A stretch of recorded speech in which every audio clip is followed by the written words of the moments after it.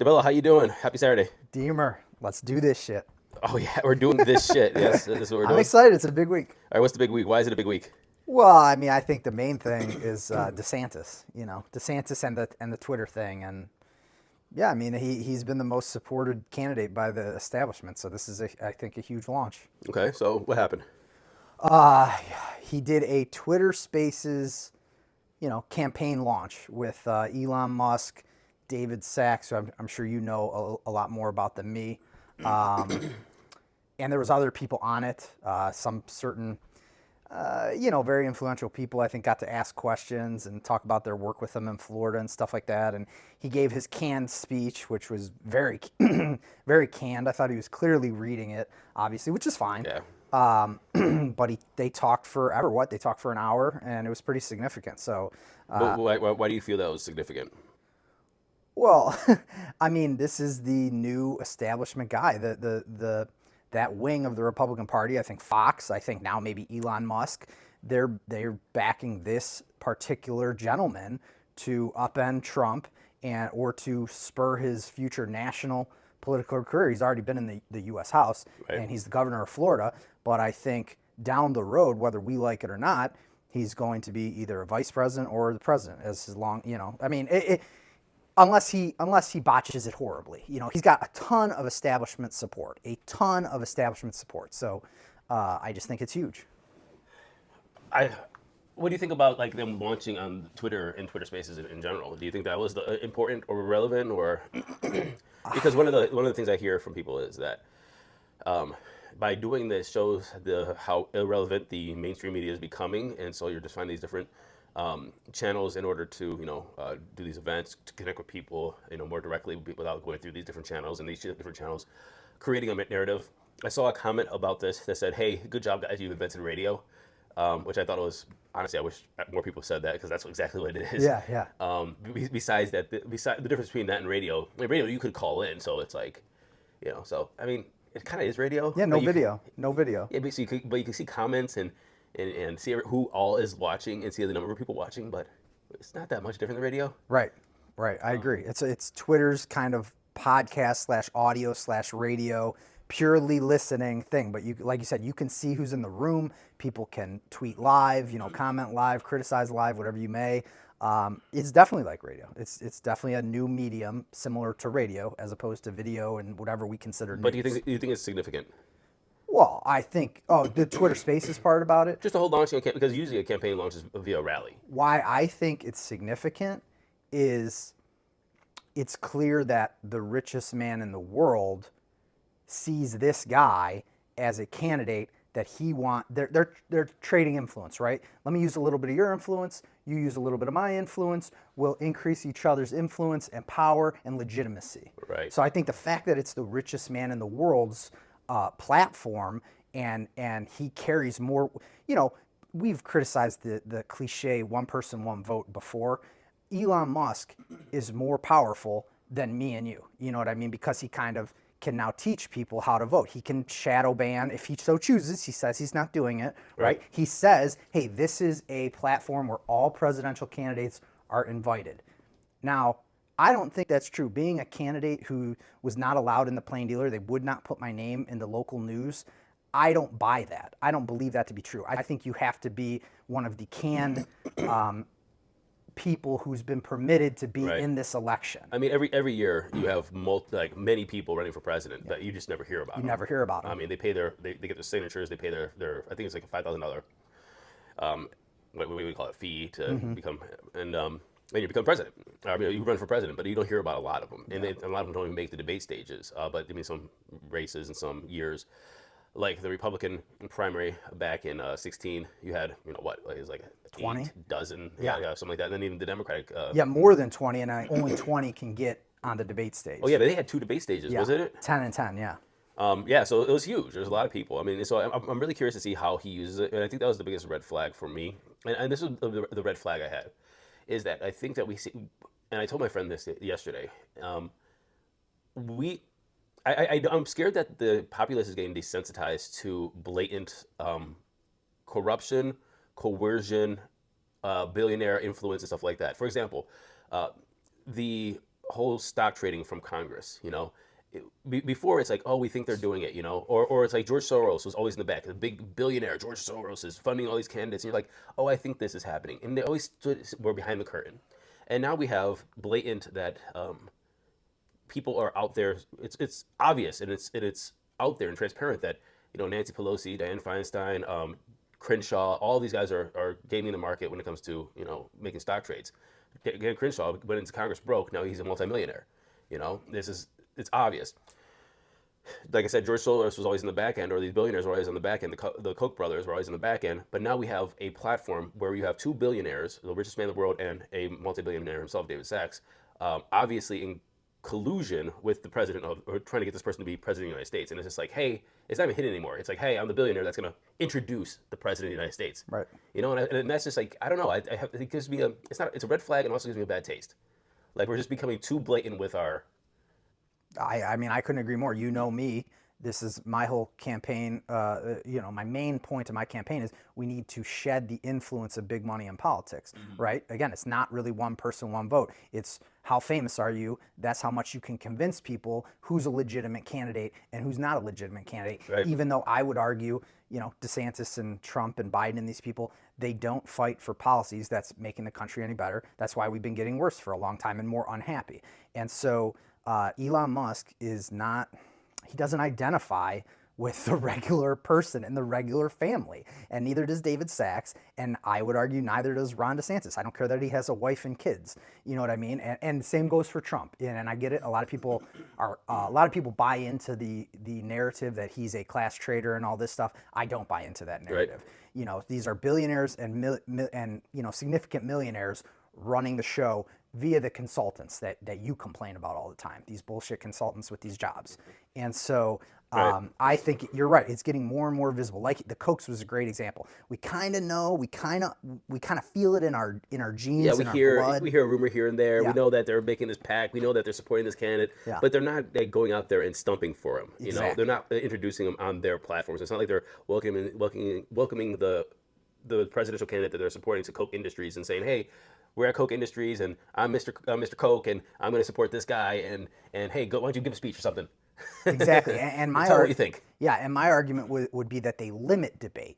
These billionaires limit debate. CNN sets the agenda, right? And so for me personally, I don't even know whether it's true or not, but we've heard some rumors about DeSantis being kind of a Gitmo attorney and kind of witnessing torture and things like that.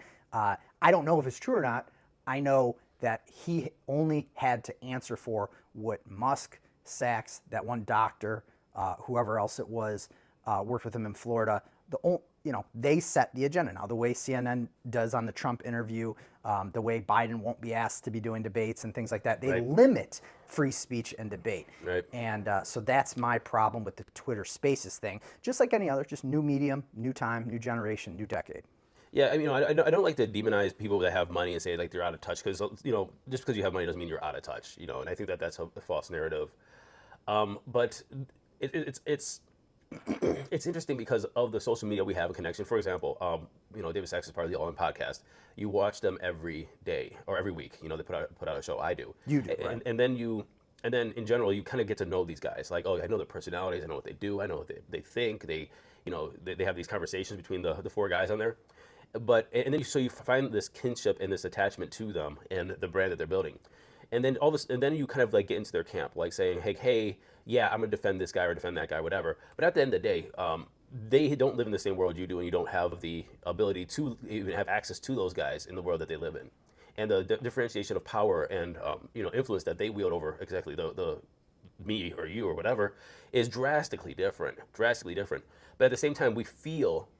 I think the smoke and mirror or the gaslighting thing here is that we feel that we have a kinship or connection to them because of the the podcast, the YouTube, the way that they're putting themselves out on social media. Yeah, whatever. They put themselves out there right. for you to see. For most of which you'll agree with. Some of which will be like, I'm not so sure about that. But to give them the credit, they do put themselves out there. Oh, 100%. Which is kind of what we're trying to do. And I like Sachs. I do like Sachs, but I don't want to also be. I also don't want to take away that the fact is he's using his massive wealth to influence this and to, make the agenda. My friend and I were talking just the other day, and he said, there's a interview with Chamath Palihapitiya, who's also a person from the All In podcast. He's worth, I don't know, maybe $1.5 billion, maybe $2 billion, something like that. Anyway, this interview, and I haven't seen it yet, but my friend told me about it. He said that in 2016, 2017, Chamath Palihapitiya said that I want to. There's a handful of guys that are in the world that are controlling the narrative, that are running things. It's 130 billionaires, big influence people that run the country. He's like, I want to get to that point, and again, I haven't seen it. This is what he said. I don't doubt that that's what he said, and it just shows you that you can work your way into that. Sure. I mean, I think that this is showing that they have become very influential because of who they are, the medium that they're putting out, also the money that they have, and now that you see that they're like Chamath is backing Nikki Haley, or at least donated to her. I don't know how much he's backing her. Yeah. David Sachs obviously. They could donate to multiple candidates. David Sachs is obviously backing DeSantis. Elon Musk, I think he's just trying to promote his platform, Which is fair. Which is a businessman. I mean, yeah. he's trying to get honestly, I don't look at him as supporting DeSantis. I see him as supporting his platform, saying like, hey, if you get all these people on here, like all the presidential candidates, this is good for our revenue. I think Musk wants RFK, wants Trump. I think he's upset Trump's probably not tweeting, even if Trump were to tweet insulting him. You know what I mean? I think what's good for Musk is business, right? We've talked about this with Bud Light in the past. He wants his thing to get more popular. He wants more people to sign up, wants more people to subscribe because they're doing subscribers now on Twitter. Right. They're using the spaces. So he's trying, maybe Tucker's going to Twitter. He wants everybody's eyeballs to follow to Twitter. Right. What do you think of the contents of his launch? Do you think that he said anything that is noteworthy? Not to me personally. I mean, I'm not the type to get into far right politicians. I mean, I think it's fair. I think those terms are being kind of changed now. What's far right? What's far left? Blah blah blah blah. But he talked a lot about immigration, the border. He talked about his battle versus Disney. He talked about censorship, which rings very true to me. You know what I mean? COVID and censorship and what they did with, so he talked about a lot of stuff, which is all fair, but I don't think he addressed anything that he's proposing that Trump isn't or Biden isn't, that the majority of the people in both parties want to see. I think I only caught about 80 or 90% of it. I don't think I caught the full interview, the full speech, but he didn't say nothing about term limits. He didn't really say anything about getting money out of politics. He didn't really talk about the minimum wage. He talked about immigration and so for me personally, none of it was like when RFK talks, I'll be like, fuck yeah, yes, that needs to be in the debate. That needs to be in the discussion. I think the only thing with his speech that ring true to me with that was government censorship, or censorship of big tech, so that was the only thing that mattered to me personally. So. Yeah, I think that he has to tighten up his talking points. Again, I want to go back to the conversation with me and my friend yesterday, because he had a lot of points that I didn't think about, and he's like, first of all, the launch. I was looking at this as there's been a couple of presidents that launched, or people running for president that launched, and I think that a launch is supposed to be used for marketing fodder to move you through the next couple months, so you can either get more connections as well as get on more platforms, but also kind of like figure out how people react to your message and then tweak it for like 3 months down the line. And so with RFK, it was kind of like he launched. It was a traditional launch. I think that he did a very, it was a very good launch, but traditional launch. But he used clips and bits and pieces of that launch for social media and so on and so forth, which put him on different outlets and platforms to continue that conversation. With the Twitter Spaces, I think that there was technical issues. I don't know how much it was planned, how much it wasn't planned, how much they can spin that and use that for a positive or negative. But I feel that that they're kind of using this as a cleanup more than they are using it as a perpetuation of the talking points. Like he was talking about immigration, like you said. He was talking about the woke mob. Stuff, yes. He was talking about different policies that he put into Florida. And those are I feel that those are the second part of the conversation, because the first part of the conversation was how he launched, who he launched with, and the technical issues of that. And I don't think that that's really a positive for keeping the conversation. With that said, or continuing the conversation of his policies and what he stands for as a president. With that said, my friend brought up a really good point is most people aren't going to remember in a year, that nobody remembers launches, and it doesn't really matter. At the end of the day, he's now running for president. That's the only thing that matters. Yeah, I completely agree with that. You can more kind of kill yourself than you can help yourself because you said this, I don't know, ingenious thing about how we can solve immigration or something like that. I think that this is verbiage. I think we've talked about it on previous campaigns. Everybody already knew long time ago he was running for president. He has had tons of money poured into his campaign coffers many months ago, hundreds of millions, if not a billion. You know what I mean? And so nobody really understood. Or for me personally, I mean, you're not going to know who donated why, but it's not because he's provided any prescient policy. This is not Martin Luther King. This is not Chomsky. This is on foreign policy. This is not a guy who has said the American people want and need this, and then a bunch of Americans donated $50 a piece. No. This is a billionaire class puppet, in my opinion. We've known he's going to be the significant challenger to Trump for at least 6 months, if not way more than that, right? So the verbiage of it is, hey, this is the first domino. This is our launch. But I disagree with that. This is just another domino, like you said, helping Twitter Spaces and helping his campaign. And then he'll jump platforms, right? He'll be on Newsmax. He'll be on Fox and CNN. He'll be on podcasts. He'll be, you know what I mean? This is just one thing in the cog of the DeSantis machine, which has a lot of money. Although I did see an article that said there might be a technicality to where he can't use much of the money he's raised so far because of the designations. I don't know anything about that. They'll figure it out. They'll figure that out. Yeah. Politico says that he has around anywhere from 110 to 200 million accessible, and now he has about 8.2 million in the first 24 hours after this Twitter Spaces. Joe Biden, with that link that he sent, I think he raised 3 million off of that because he said, "This link works," and he put that as a tweet. Team Biden did a Trumpy type creative thing there. That was good. Yeah, good job, guys. Actually, thinking about doing something creative. That was good job. But yeah, Tim Scott also ran or launched his presidential bid to much less pomp and circumstance than this, and a lot less media buzz. But he's in the race. His whole push was what did they say? What was his tagline?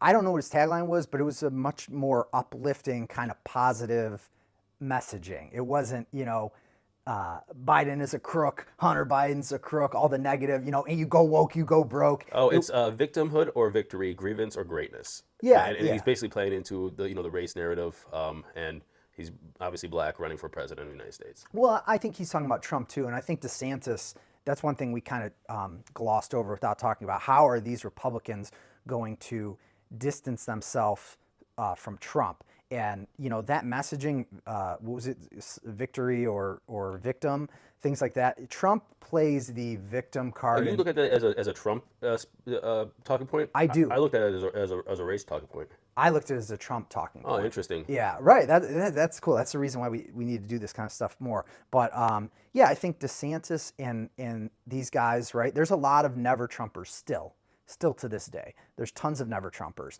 And Trump did lose to Joe Biden, who, ran for president a few times before this most recent time and never did.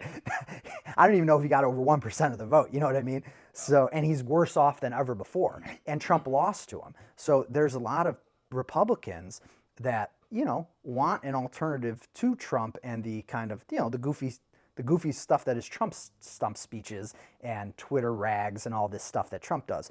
So I think Trump plays the victim card, and the media hates me, and they're literally prosecuting me. The government is prosecuting me. He plays that role really, really, really well. And I think that DeSantis's thing was, we need to move forward, not backwards. We need a winning Republican Party, not a losing Republican Party. So I do think those are things to help those two candidates in the primary. The race thing probably isn't untrue. That's probably not untrue, but I saw it through the Trump light. Yeah. I mean, I would push back because that says that I think that that is just the narrative of anybody who's running for president right now is taking, and I think it's Democrat and Republican. Unless you're a mainstream Democrat, like a Biden, and basically just want things to be status quo. I think that that's to say the media is against me or making a narrative is, you know, what everybody's taking. I mean, that's why Yeah, they tried to DeSantis, huh? they tried to do that on DeSantis too. That David Sachs guy was like, I saw Time did this slander piece. I Well, saw that's why they launched on Twitter. yeah. They're just trying to do something alternative to the media and the narrative, and they do have a point. If you go to do a traditional rally again, from my conversation yesterday, and I keep saying that because I want to give my friend credit because he had a lot of good points yesterday. But if you went to do a traditional rally, you had people from CNN and Fox and Politico and Time and the AP and NPR and BBC and all these other people, and everybody's going to take the same message from that rally, and put it through their kind of like their branding, if you will, Editorialize the it, yeah. editorial branding, and then make their narrative about what happened at the rally, and and they cut out that bullshit by going to Twitter, and that's a valid point. That's a valid point. Yeah, I think if you look at polls about Republican voters, and I'm very distrusting of polls, but I also know it to be true from my time campaigning out on the street. Republicans' are number one issue for a while now has been the media is fucking us. The media is the heart of the problem, and so I don't think he can go on Fox. Matter of fact, I think that's part of the Trump Murdoch dance as well. Trump Tucker Murdoch dance as well is, the media is trying to fuck me. The media is trying, because if you run a poll and 80% or 85% of Republicans tell you the media is the number one problem in the United States of America, lack of informing of the public honestly, then the last thing you want is for BlackRock's companies or Comcast companies or Rupert Murdoch's companies to be the one being seen as to propel you. New York Times, Washington Post, Jeff Bezos, like we were talking about the billionaires pulling the strings. So I think that's exactly right. What you said about DeSantis, trying to do something different and trying to show, hey, whoa, I'm not supported. The mainstream media is against me, because that's their voter base, is the Republican primary voters. Well, yeah, I was just pushing back that he says like Scott's trying to be the more like normal, or not normal, more uplifting, and just doing the normal. They're all saying like, hey, no, the media is kind of that's what I'm saying. RFK will say it, everybody will say it.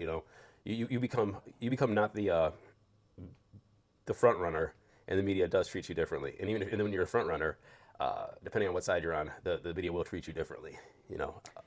Yeah, I mean, I agree with Republican voters who say, we are at the whims of the media in this country. In Cleveland, I can say with certainty, I was out, I got 4,000 signatures, minorities, right? Black people would tell me, they don't do our news. They don't do our news. They don't do our news. And I said, yeah, that's true. They don't do our news. And they don't put me in the paper during my campaign. I've sent them numerous press releases.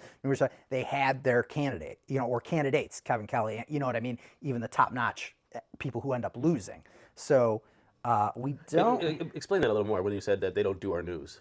They don't do our news. So if you follow the news in your various locality, I think it's applicable everywhere, but in Cleveland, we've really seen a downfall with population loss. Just look at the things that are in the news, right? In Cleveland, the last month, it's been all the West Side Market needs money. That's funny. The West Side Market needs money. The West Side Market needs money. A month worth of this, if not more. Okay, that's not untrue. There's nothing untrue about that. But there is, let's take Collinwood, right? City of Cleveland. They lose their Dave's grocery store 6 months ago. They maybe put one thing in the paper about it 6 months ago when Dave's was like, we have to close our doors. We're not making any money. I know that Dave's. Yeah, I've campaigned in That's front like of the that Dave's. only store around there too. Exactly right. Exactly right. So what you don't see, that's why you need robust news and media. What you're not seeing is maybe what needs to be taken care of, what needs to be repaired. And so to do a month's plus worth of news on the West Side Market, which sure is a regional asset, it's not just Cleveland, just like these sports stadiums, which are also, whatever. And then to leave Collinwood to figure it out yourselves, right, instead of set the agenda like CNN with Trump and that's a very good point, because we're talking about for-profit media and for-profit news. I mean, so like Cleveland is a poor town, but the places with higher income have are not majority black; they're majority white.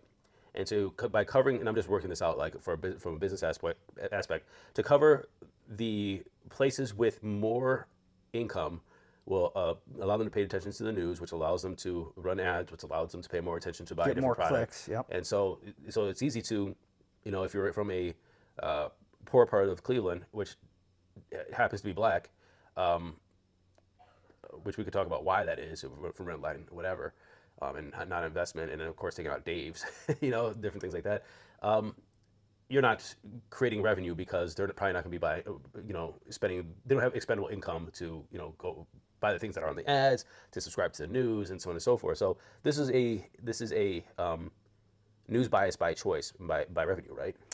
Right, by revenue, because if your business fails, and Cleveland.com has a little bit of competitors in the Cleveland scene, or I don't know, the plain press, not much. It's the main player. But let's say they did have competitors, they would want readers reading their news over their significant competitor. So that's really why like Warren Buffett way back in the day bought like a Buffalo newspaper or something like that, and there was two competing newspapers, and he and his newspaper ended up dominating the other one, which went away. And back in the day, like 100 years ago or 80 years ago, Cleveland did have I don't know if it was the Cleveland News or what it was, but a second kind of competing mainstream news thing. So there's corporate profit look at it, but it's also supposed to be the public interest. So that's why NPR, you wish that we had, it can't just be local Facebook groups, right? It can't be the West Park Facebook group that tells you about what's going on in West Park. You would hope that it's But the why plain not? dealer. I mean,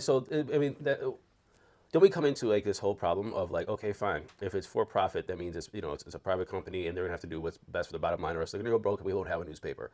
Then if we say if it's publicly funded, then we say, oh well, the government's actually going to be, and that's the whole thing we're talking about with Elon. We sent that tweet about NPR, and they labeled them like a state-owned media or whatever. They say the same thing with some place in some media in Canada. That's what the problem. Then people are skeptical. It's like, oh, now it's controlled by the Biden administration, or the shadow elite, or something like that. So we have that problem. So why not Facebook groups? Why not like we have this local advocacy trying to get as much news out as possible. Over here we have the Westlife over on the over here Bay. Bay. It covers Bay, River, Avon Lake, West Lake, Fairview, and I think that's it. Royalton.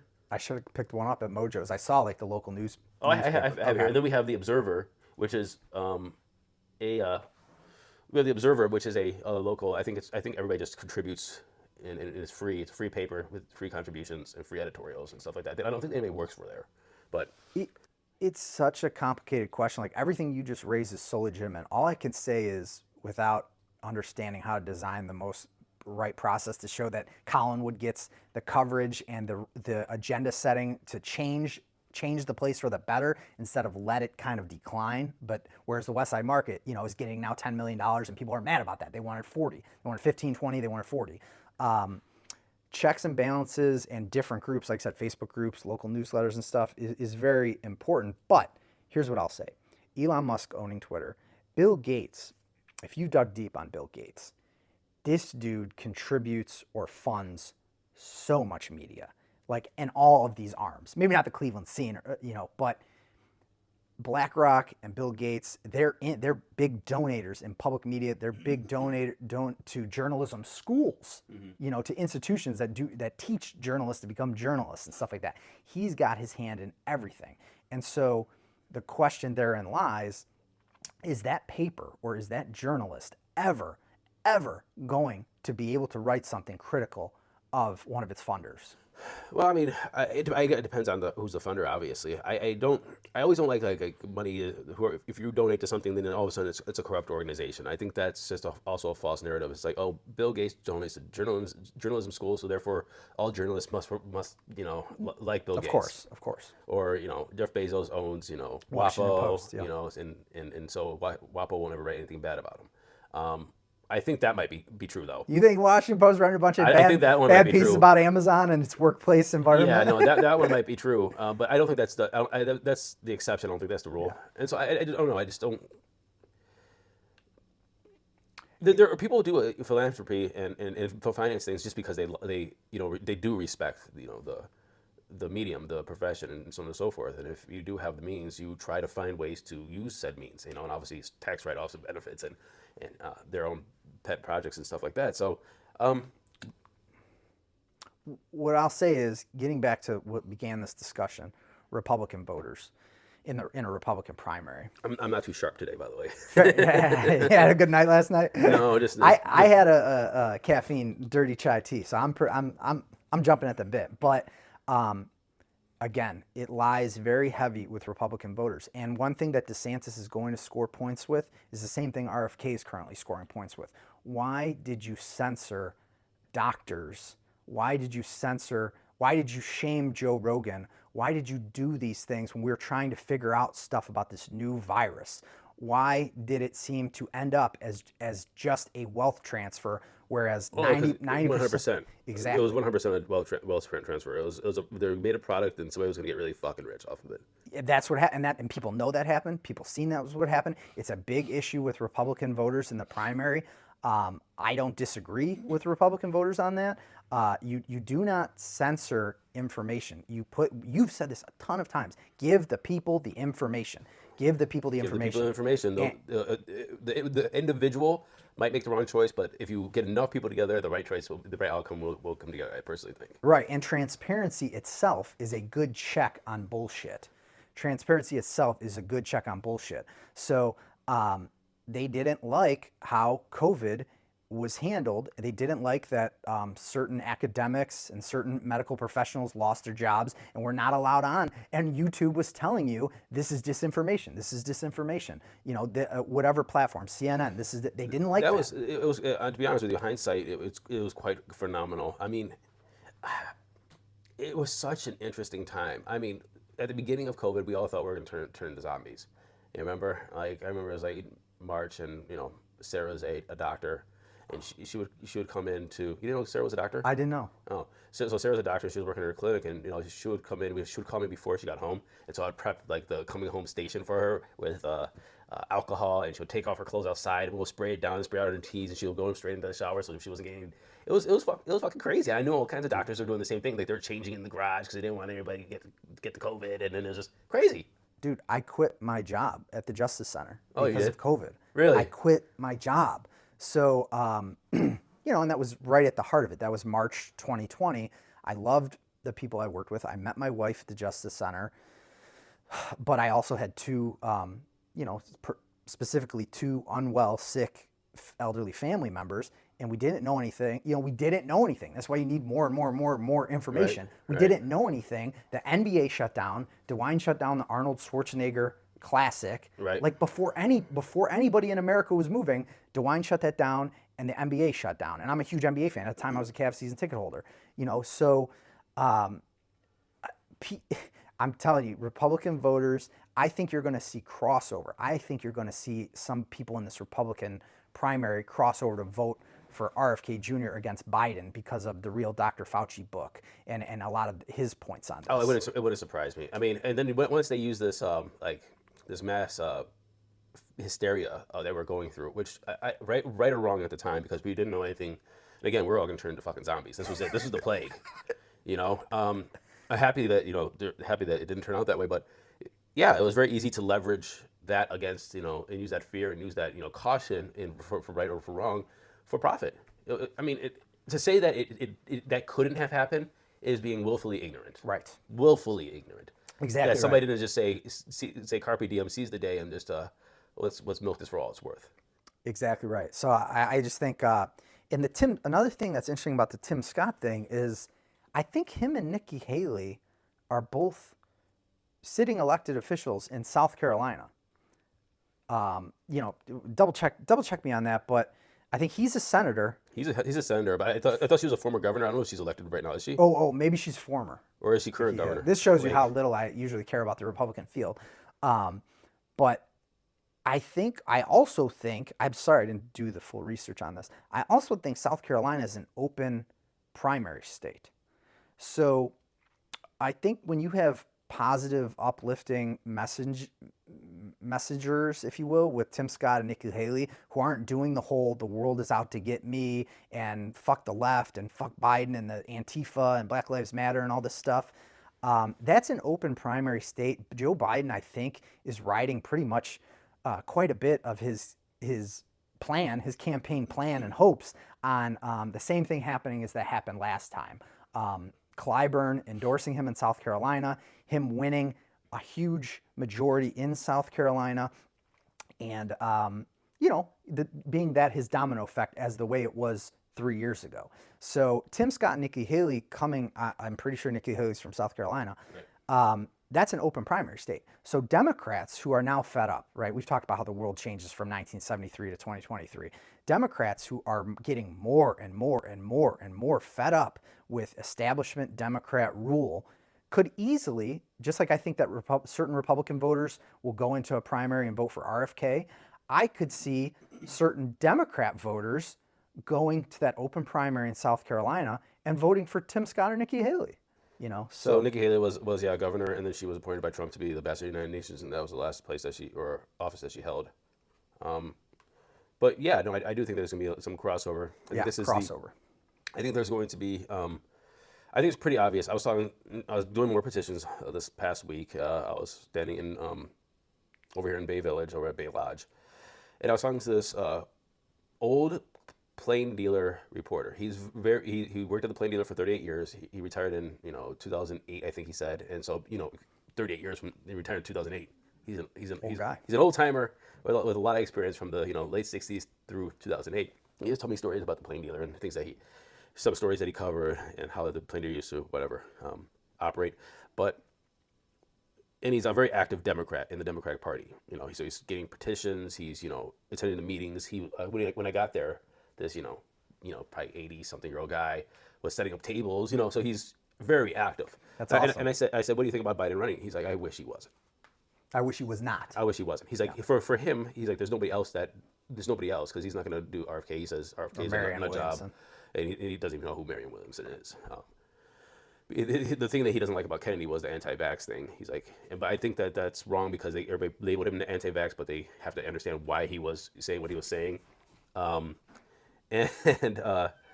but he's not happy about Biden.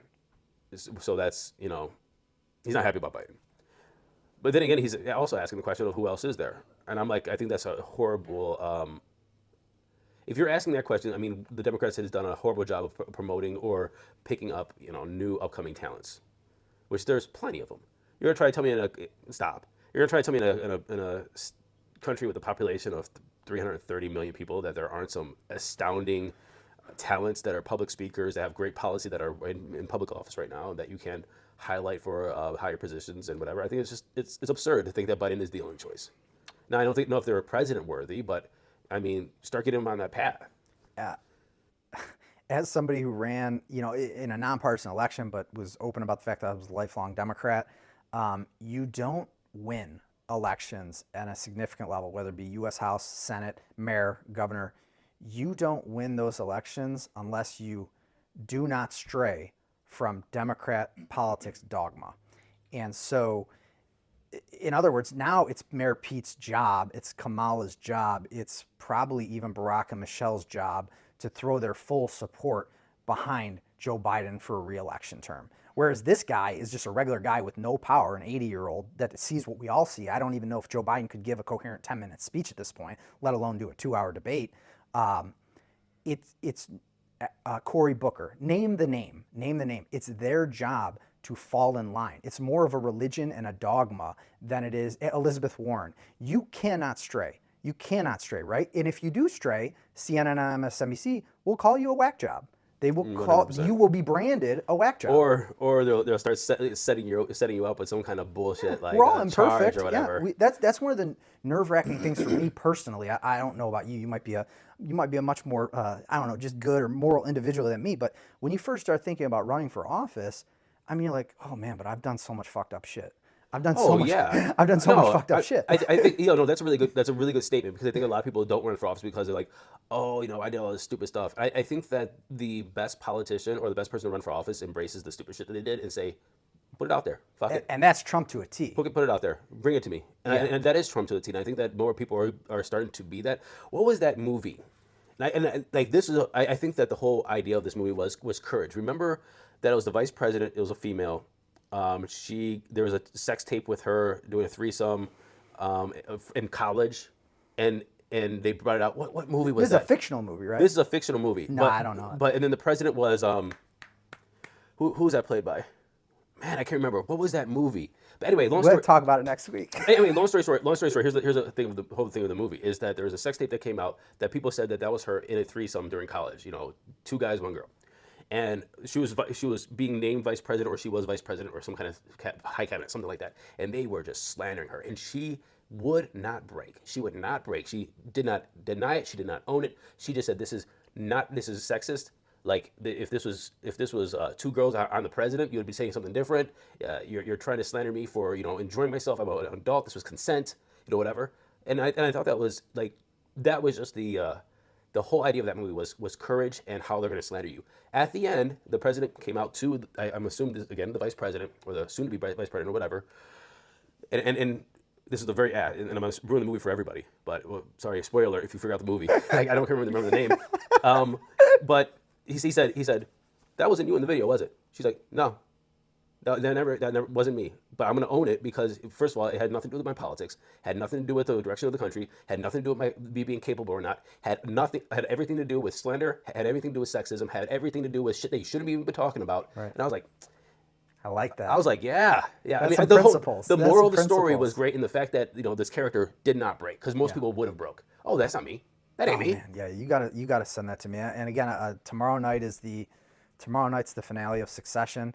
Art. Is it the season or the series? The series finale. Now I might watch it because there's only 4 seasons. 4 right? seasons, but it's like hour-long episodes, Thank 10, God. 12 episodes a year or whatever. I mean, it's a great show, but that's exactly what we're talking about. You can get slandered or propped up despite your follies, right? So Cory Booker is not going to say the same things that 80-year-old that you were petitioning with yesterday.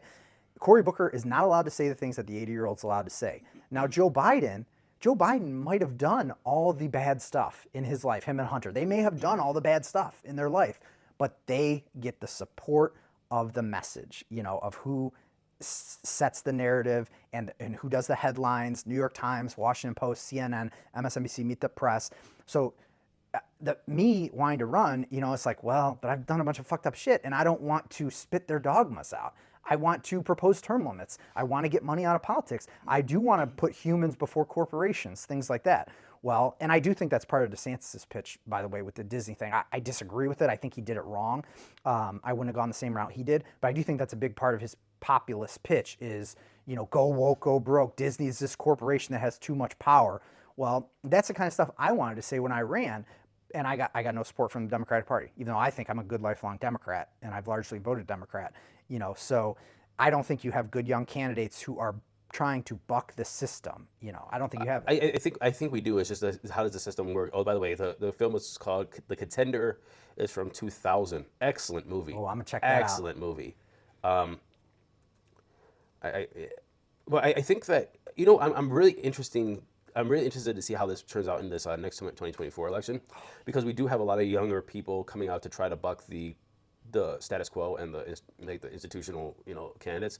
I know that prosecutor Michael O'Malley is going to be challenged, and I'm really curious to see, one, who the challenger is, how that this person is going to position himself politically, and also what the party is going to do when it comes to either endorsements or looking at that and throwing support behind. Because Michael O'Malley is, he's an institution.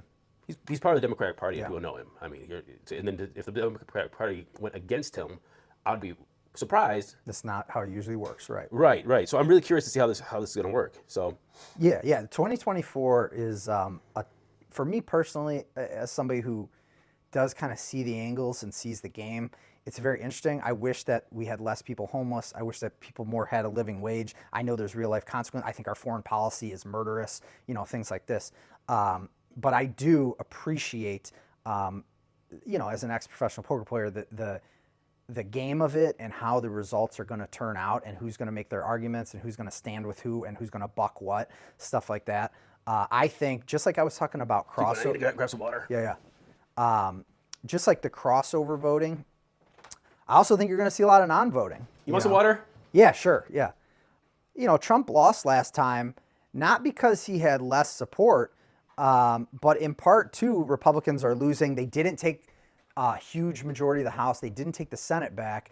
I think a lot of Republican voters are staying home by choice. So I think not only will you have some crossover, I think you'll have more non-voting with people who are, and this is Democrats as well, with people who are in Cleveland for muni elections, as you know. No, true. I mean, it's pretty fair to say. Have I been getting in the way of your camera? No, I don't think so. Not that I know. Yeah, you'd have to be way over there. Yeah. But I think you're going to see more and more non-voting. I think this lesser evil thing is starting to get tapped out.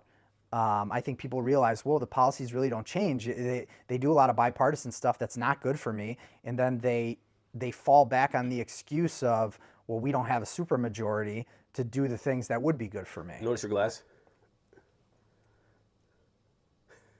Wine with DeWine. That's amazing. Remember, we have snacking with Dr. Acton over here. You remember the what was it, the 2 o'clock or 3 o'clock? Press conferences? Yeah. Yeah. That's hilarious. Yeah. So I think 2024 is going to be the most What interesting. happened to Dr. Acton? Like, everybody thought she was going to run for Senate. I thought she took a job for Bibb in Cleveland, but I don't know. I Really? don't speculate. Interesting. Yeah. Okay, but let's move on. I don't even know where the hell we went with this. But JD Vance is endorsing Bernie Moreno for Senate. Surprised? No.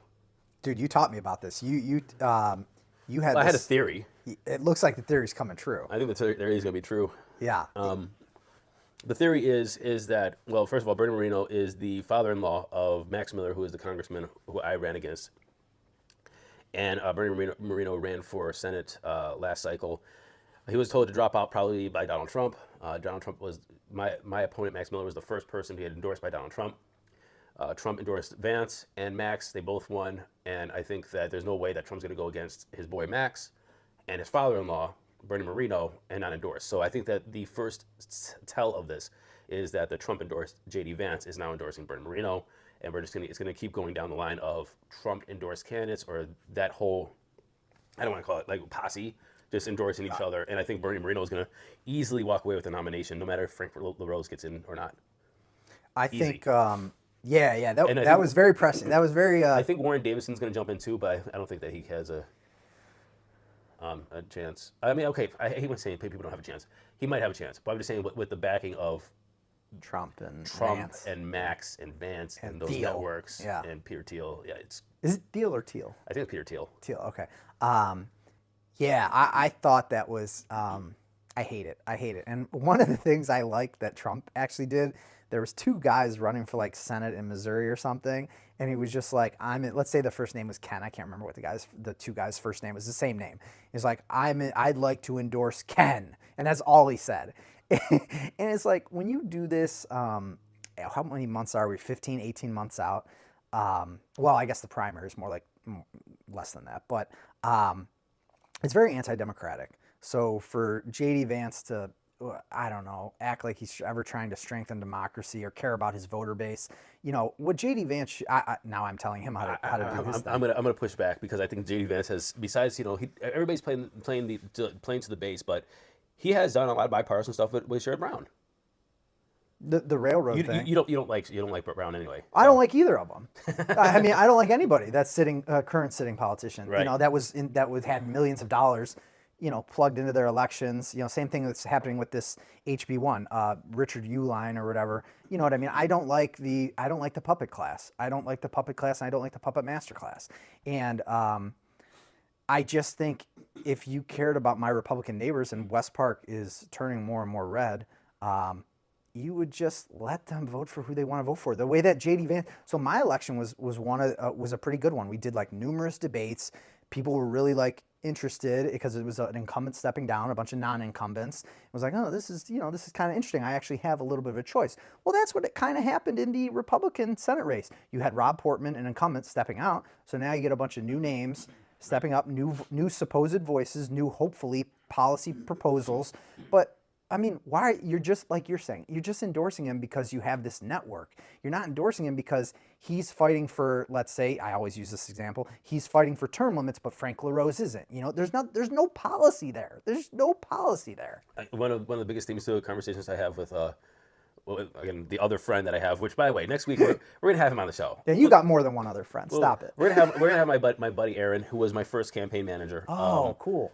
and we talk politics a lot because we are very similar but also different on a lot of things because he leans Republican, I lean Democrat, so but we're both pretty independent and pretty moderate at the same time. But let's have him on the next week. I love it. Let's have him on next week, and then I invite a guest, and you invite a guest the week after.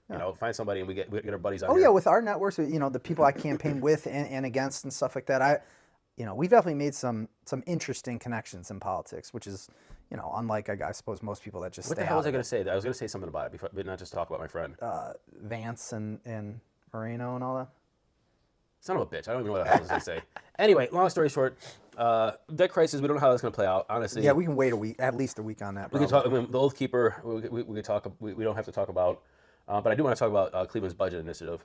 Oh, I definitely want to talk about that because I'm going to help them get signatures. I'll try and explain a little bit about because despite being a lawyer and an ex-politician, I haven't read the actual amendment. But what it is they want to do a charter amendment in the city of Cleveland to make it so that 2% of the city budget goes toward a group, like appointed 10, 11 people that will then divvy up that 2% in the way that this citizen group wants it to be divvied up. I mean, I can tell you right now that will not be going to billionaires. A slice may go to the West Side Market.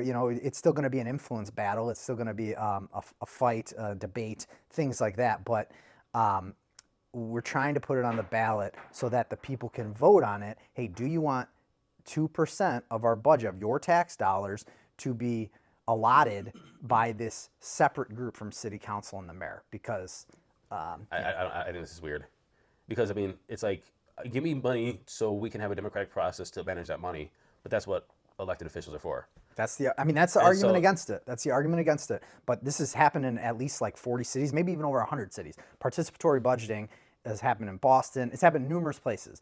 I think usually it's 1% of their budget. But the argument for this is, or one of the, there's many arguments for this, but one of it is, hey, people are not voting. People don't believe that their elected officials are really stewarding their tax dollars with their best interests, the community's best interests in mind. This is a way for us to get involved more directly for people who've given up. People have just given up with it. Right. So that's one of the major factors, re-involving the populace in politics and government and tax dollars. So you're not buying it. It's not that I don't buy it. It's just I don't see how it's not going to be another, power broker corruption as well. It's like you're just creating another outside group that has power to control a budget that's going to use it for the things that they want anyway, that you probably don't have any influence over, no matter how democratic you make it. So it's like, hey, shave off some money over here so I can control my own budget to do the things I want to do, not the things you want to do. And it's actually going to be for the people. I don't know if there's any checks and balances for that. And maybe there's ways to check and balance that. I just don't see why you would want to do that. And it's also kind of saying like, hey, we don't trust our elected officials to manage the budget. So instead of using democracy for it, we're actually going to be going to more a libertarian idea for it. And maybe if you're a libertarian or maybe if you believe in libertarianism, then this is the ultimate solution. It's like, hey, you guys can't manage the money as well as the individual. So just let me do what I want to do with my money, my tax dollars or whatever. And so let me use my community and whatever to spend this money. So I don't trust you. Let me just take it myself, which is basically libertarian philosophy. Like, why am I paying taxes to you when I can spend this money better and get me more involved? So I think the involvement part is again the trump card. I think that the fact is in Cleveland, and again they have done this in many other cities. I have to get the amount, but they've done this in many other cities. In Cleveland, nobody is voting. Nobody is voting. They only need 10% of the last amount of votes in the mayoral to get this on the ballot. That comes to like just under 6,000 signatures. So that means 60,000 people about voted in that mayoral election that I was in the general, not the primary. Primary was much less. Right. So if you're telling me, geez, what would it be? Under 20% of people in a city are voting on who their mayor should be, on who their council person should be. They're disengaged. They've given up. They're moving out. And so I get it. Council and the mayor want to think that this is why you elected us. But really more people did not vote for you. Far more just said, not voting for either one True. of them because I know who supports them. I know what they're proposing. They don't represent my interest. They do not represent my interest. They'll give my tax dollars to charter schools when I want them to go to public schools. They'll give my dollars to the billionaire owners when I just want the pothole paved.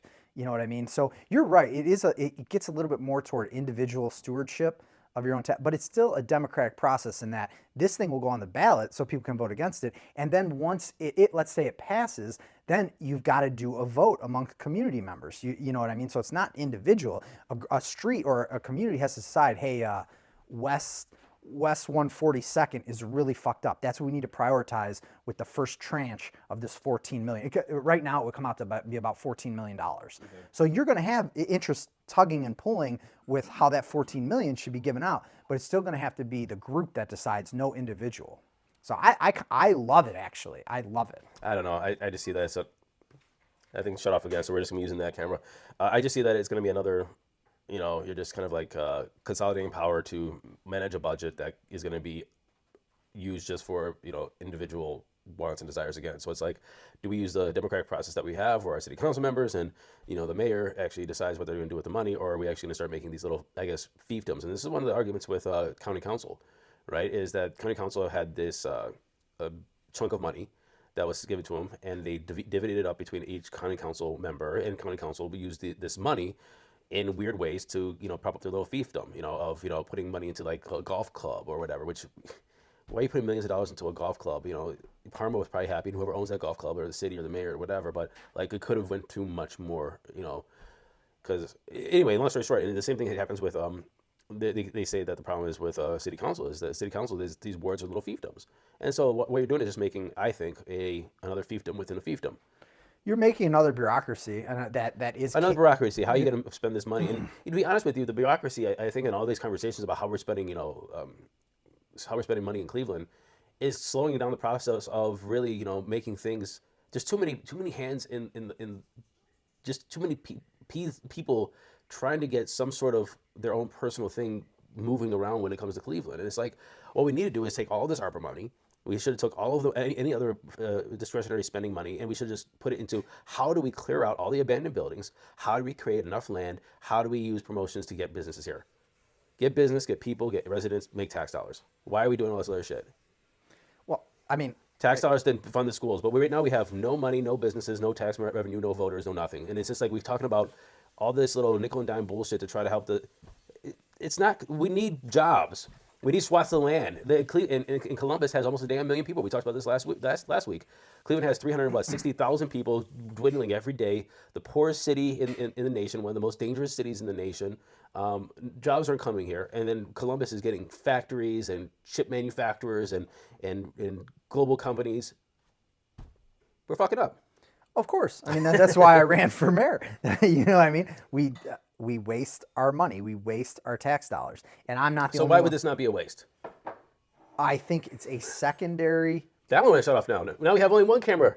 I don't even know if that camera's running. I think it's a secondary. I think it's a secondary approach to people who know in their hearts that, again, outside Cleveland interests are kind of, I don't want to say stealing, but funneling the value of our taxes out of there. Again, Jimmy Haslam, Dan Gilbert, the Guardians they probably don't even live in Cleveland proper. They certainly don't care about Cleveland's public schools. They certainly do not. They do not send their kids there. So when you have Cleveland as a Ponzi scheme where people are taking out instead of investing in. It's a Ponzi scheme. That's great. I love that. When people are taking out instead of investing in, the public that remains there is fed up. So we see the direction and the flow of our tax dollars and business dollars. So I like it because it hopefully can get some people involved that are like, I do not think this mayor is here to represent me or put the tax dollars for the best interests of the community. Look at the public good. Look at roads, parks, schools. I just don't like it. I don't like it. It's like, okay, the mayor doesn't represent me, so give me some of the money. The city council doesn't represent me, so give me some of the money. The county council doesn't represent me, so give me some of the money. So instead of fractionalizing and making little shards of money, further diluting the pool to help the city grow, fucking overhaul the whole damn system. Like I would rather do that than give like a small group of people 2% of the budget. That doesn't make That doesn't make sense. Well, that's a valid argument. I wouldn't say it doesn't make sense, but what you said is an absolutely valid argument. System overhaul. If it's not working, and now we're trying to create this weird workaround where we're now diluting the pool a little even more, so we can't do the things that the city even needs. Well, we'll on the big scale, right? overhaul the system. So when's the next other 2%? Well, they're not doing the things I wanted them to do, so I need to start my own group so I get 2% of the funds. That potential is there, and this could end up in court down the road, right? You never know what's going to end up in court, and maybe it's not even going to be the people that decide. Maybe it'll be judges that decide, right? The Ohio State Supreme Court, the Supreme Court of the United States. You know what I mean? But on a bigger scale, right? Me and a lot of people are fed up with and we will talk about the debt crisis next week when we learn more about how it's going to be settled. Right. But a bunch of regular people that pay a ton of money on April 15th are sick and tired of billions, hundreds of billions going toward, the Pentagon and military Bro, stuff. I can't tell you how much I hate fucking paying taxes in this damn country because it's not being used properly. It's mismanaged. It's misspent. We're paying exorbitant amounts of money for every fucking thing. We're not allowed to negotiate with drug prices. The Pentagon has failed audits, 5 times in a row. They can't account for $3 to $5 trillion. It's an absolute fucking joke. And then you want to raise taxes on the pump, on your consumer goods, or on your income. You can go fuck yourself. Right. So we don't And I have understand. representative government. I'm with you. We need a system overhaul. But anything right now that can re-engage people in the process, because in Cleveland, people are just done with it. And a lot of them that aren't just done with it, they moved to somewhere where they felt like, the social safety net, the public good was more cared for. They've left. They've moved. You know what I mean? So in Cleveland, I think this is absolutely something that should move forward. Everything that you said about it being another bureaucracy, where's the next 2% after that when I didn't get what I wanted out of the $14 million that was now divvied up to participatory budgeting, the game remains the same. The game remains the same until you change the whole system, of course. But in Cleveland, we're trying to re-engage people that are just like, it's all fucked. So that's what I'll say for it. A quick question. Elizabeth Holmes is heading to prison for 11 years. You know who Elizabeth Holmes is? I don't know the whole story about is it Theranos? Theranos. But my wife told me a little bit about it. I saw an article in the New York Times. So you would know more than me. So she got 11 years for this $1 billion maybe billions of dollars of fraud. Do you think 11 years is a just amount of time? Probably not. The labeling of what's white collar crime versus what's, I guess, street level crime is messed up. Wage theft is something they just passed in Cleveland. No, I think that when you steal $1 billion, that's a lot different than stealing some groceries out of Target or something like that. Now it's not a violent crime either. It's a financial crime, but I don't know what's the right sentence, but I know we're over sentencing on a lot of lower felony and misdemeanor stuff. I'll say that. We have a very unjust criminal justice system. So I'm not necessarily. So what else would give 11 years? Just out of curiosity, if you can get 11 years for a violent crime. Let's say if it's assault, could you get 11 years for assault? One of the bans, felony assault. I think you can get 3 to 11, but I'd have to double check that. You know what I mean? It's been a while since I worked. Sure. In So court. you got 11 years for assault, and what is felony assault? How do you classify that? Probably. Is it with a deadly weapon? Did harm or with the intent to do harm. harm. So it's intent to knock your ass out. Probably. And so I get 11 years for that. So do you think my intent to knock your ass out equates to $1 billion of fraud? I think the billion's worse. That's what I'm wondering. It's like here's the thing is like the risk to reward is like if she got away with it, she'd be a fucking billionaire. Right. And there'd be a lot of real rich people that also are billionaires because of this. Yeah, blood money. And it's like my risk reward for I'm sorry saying I'm gonna knock you the fuck out, but knocking somebody out, there's no risk reward. But like so the upside of this is like almost like saying, hey, only 11 years. Exactly. Yep. White collar crime probably in general is not deterred the way we deter kind of regular stuff, low level stuff. So I think you're right. The risk, that's a good way to look at it. The risk reward, return on devious investment. Oh, 100%. It's like, it's fine. You're gonna give me 11 years for the potential to become a billionaire. Yeah. And it's like some of these things, especially with other like money laundering or fraud. Like when you get out after 11 years, and if you're smart and you actually put stuff away that they can't find, like you could come out after 11 years as a multimillionaire. And Well, the reality of it too is she probably will get out before 11 years. That's You true. know, That is true. and assault people that have been convicted of assault will some of them can get out before 11 years as well. Do you know the So case of Ross Ulbricht? no, Ross Ulbricht is the guy who created Silk Road when he was 26, and basically he made a. Do you know? Remember what Silk Road was? no. So basically, Silk Road was a Craigslist for, and it was an exchange, Okay. a place where you could put things on for sale, Oh, I and have heard about this. but it could be everything from legal to illegal stuff. They're using crypto, right? They were using crypto, but you could also do it like, once you get there, I'm going to buy some weed, and people buy weed or acid or LSD or coke. They also did like prostitution. I think some people were actually paying for